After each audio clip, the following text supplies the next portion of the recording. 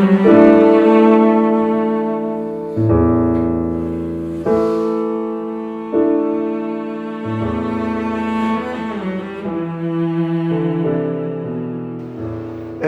hoş geldiniz yeni bir bölüme. Bugün konuğumuz çok değişik. Birazdan İngilizceye geçeceğim konuğumuza hoş geldiniz demek için. Welcome, Alban Gerhardt. So, this is a new chapter for us, and you are our third foreigner guest. Welcome to Ankara first. It is a night for that you have playing with JSO, our Presidential Symphonic Orchestra. You played a marvelous Dvorak. Thank you. As we have expected from you. So we are very lucky. Can you tell us how did you feel about our orchestra first? Well, I was very impressed by the beauty of the hall. I mean, we drove from the hotel here and I had no preconception what the hall would be. Nobody told me anything. When I saw the architecture, I was very impressed. And from outside it's beautiful, from inside it's as beautiful. I mean, the sound is not easy, it's difficult to hear on stage very well. I don't know how it's in the hall, but I don't think one can hear the other players so well. Yes, it's a critic that people always talks about. Yeah, but we have the same problem in Concertgebouw in Amsterdam, where I played 2 weeks or 3 weeks ago, and there also, I mean, it's beautiful in the hall, but on stage it's not easy to. First 2 or 3 lines closer to orchestra, it's not easy to Okay, hear. I'm sure. Yeah. When you go back 9th or 10th row, it's Okay. much better. Yeah, but the hall I loved, and the orchestra I was also very impressed. They played with a lot of good energy, Yes. and Maestro did very well. I mean, he's 80 some years old. Gürel is a legend for us. I want to have the energy he has at this age. That's fantastic. Yes. He's a gentleman. He's Yeah. a legend. We're proud that he's still on duty. Yeah, He's still very conducting. good. No, it was a very pleasurable experience. Yes. Your concert is a good last-minute change for us. Tonight that you have performed the concert, the Dvorak Concerto, for honor of İsmet İnönü. He's our second president of Turkish Republic. He was an amateur cello player when he was alive. Maybe he was 70 years old. He started to play cello. Oh, with 70 he started. Yes. Because he's a very intellectual and interested about classical music very much as a hobby. So he started to cello, the principal cellist of JSO, this orchestra in that time, 50 years ago. And they started the lessons, and he learned cello, but just an amateur. That's wonderful. And they are exhibiting his cello in Galataport now, as some kind of a show. I don't know, but the İnönü family, his children and his grandchildren are trying to just keep this culture, his legacy. Yeah. So we are lucky that your honor of his time, you are here to play Dvorak Concerto. So we are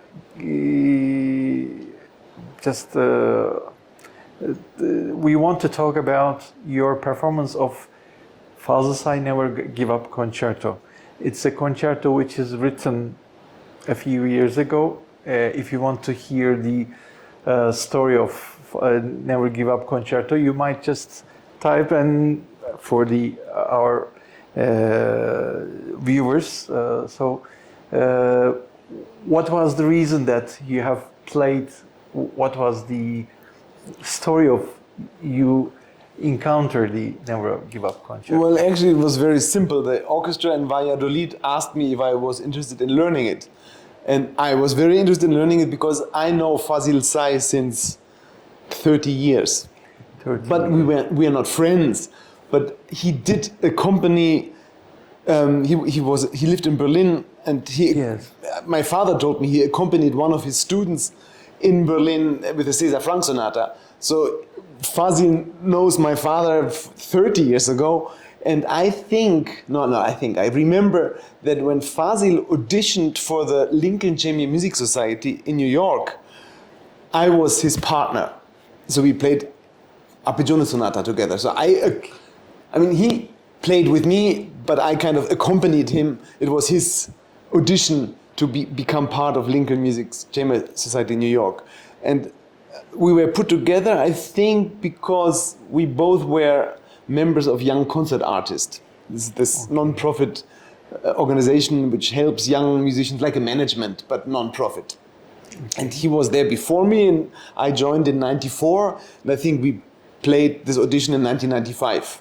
And we got along. I mean, I liked him very much. He's a real artist. I mean, I don't consider myself an artist. I'm a cellist. An artist has to do something more than just playing the cello. And he does so much more than playing the piano. He has great ideas. He's a wonderful composer. And I knew some of his compositions, which I always thought they were very clever and very moving and personal and touching. And when they asked me about the cello concerto, it was a one-off deal. So I was a little bit hesitant, as I always force myself to memorize everything. But then I thought, well, it's not going to be that complicated to learn, because it's not very complicated music. It speaks directly to the heart, but it's quite logical. It's quite mathematical. I mean, like Shostakovich you can learn very easily. Benjamin Britten, for example, not. It's not logical. It's not mathematic. It's much harder to memorize. But the Fazil Say concerto, I think it took me 7-8 hours to memorize that piece, and it was great joy to learn it. It has so many different colors and so much deep passion and anger and frustration and beauty. I was very happy that I learned it. Fazil is one younger than us. He's also a friend of mine. We studied in the same school. Of course, he's a genius, so he took another path than me. But of course, we are in the same generation. But like you said, he's a genius. He made many compositions.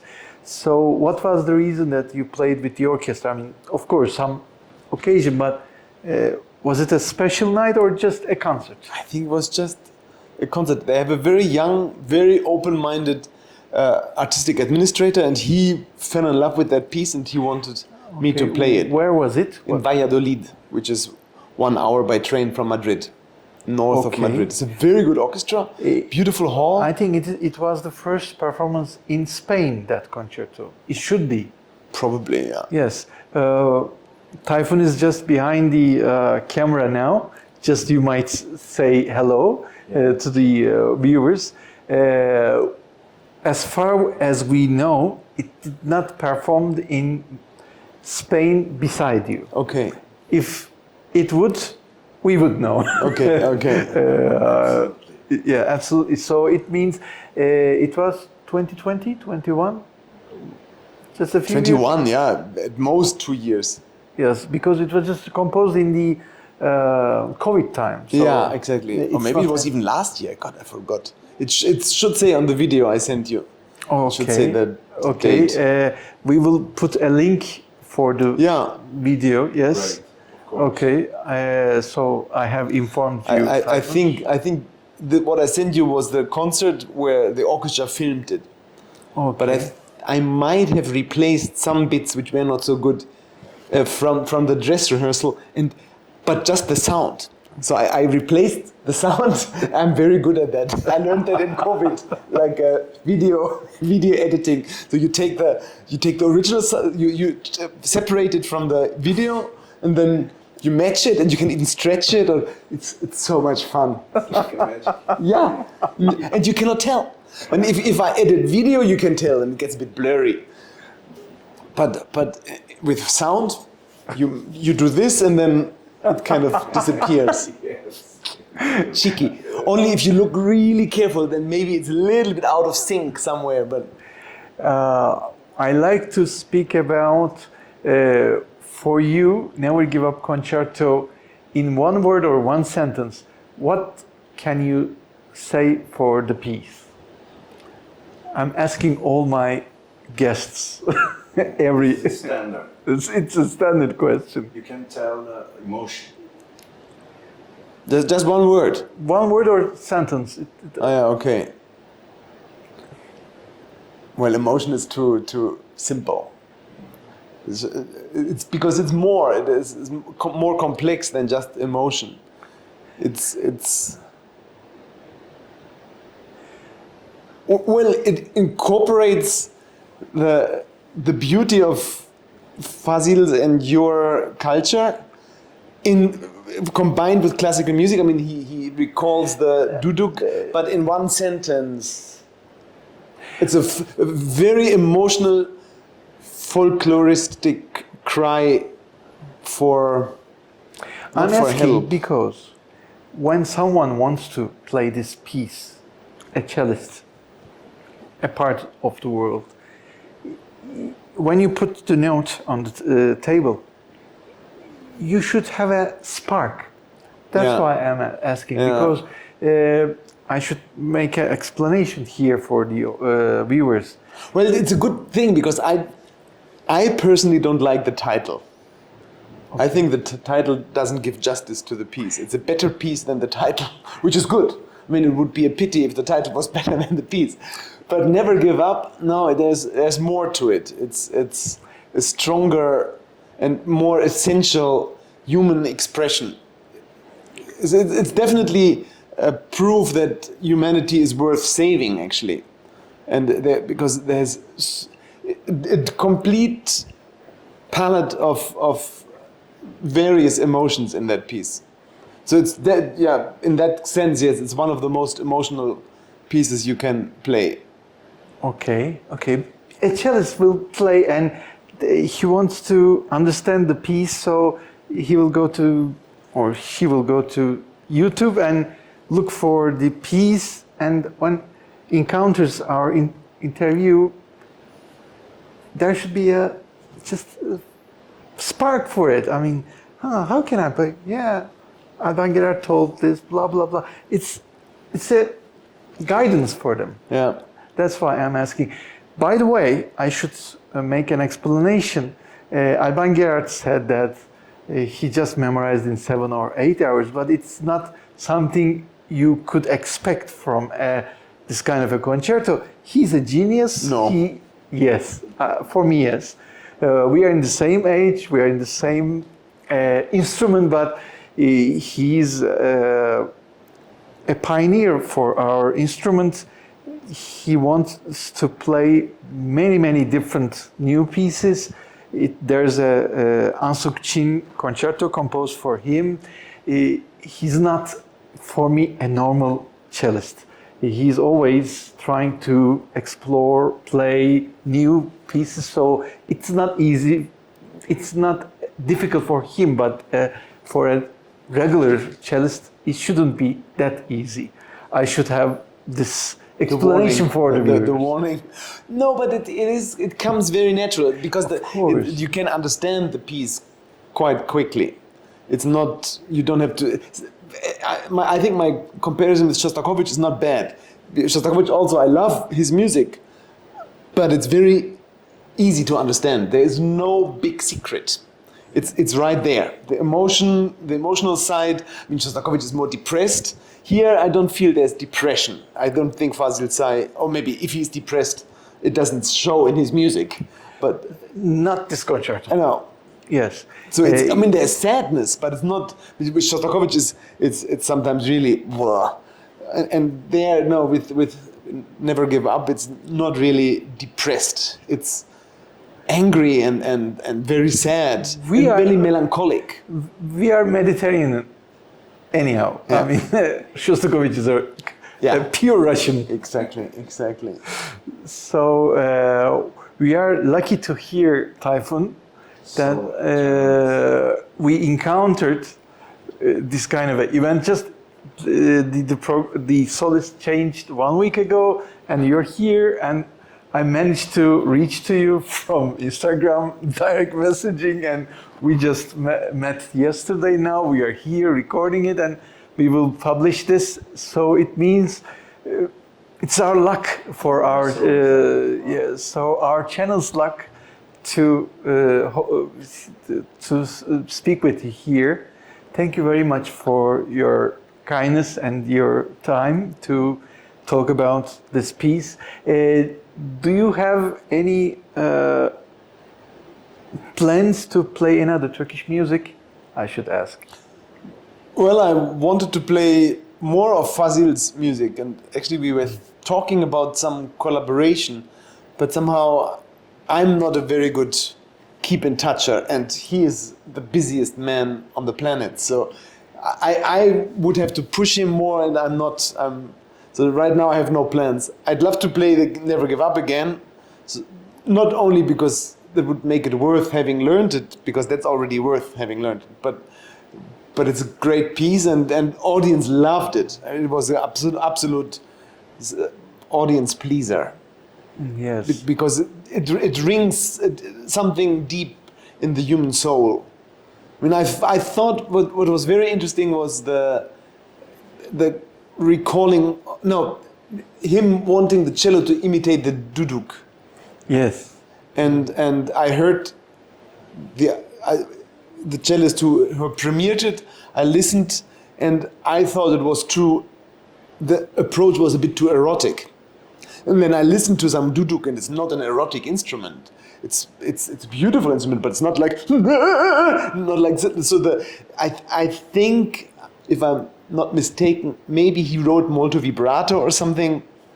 And if I didn't tell him, but I would tell any composer, never write molto vibrato to a cellist, because they do molto vibrato anyway. So if you tell a cellist molto vibrato, it becomes like unbearable. So whenever composers write that for cello, I often white it out. Many of the superfluous information which doesn't help me to actually understand the piece. And molto vibrato is not something a composer should write, I think. It should be, that's our toolbox. If we want to use no vibrato, little vibrato, more vibrato, big vibrato, that's what the composer shouldn't tell us. I mean, and actually it speaks, the music speaks by itself.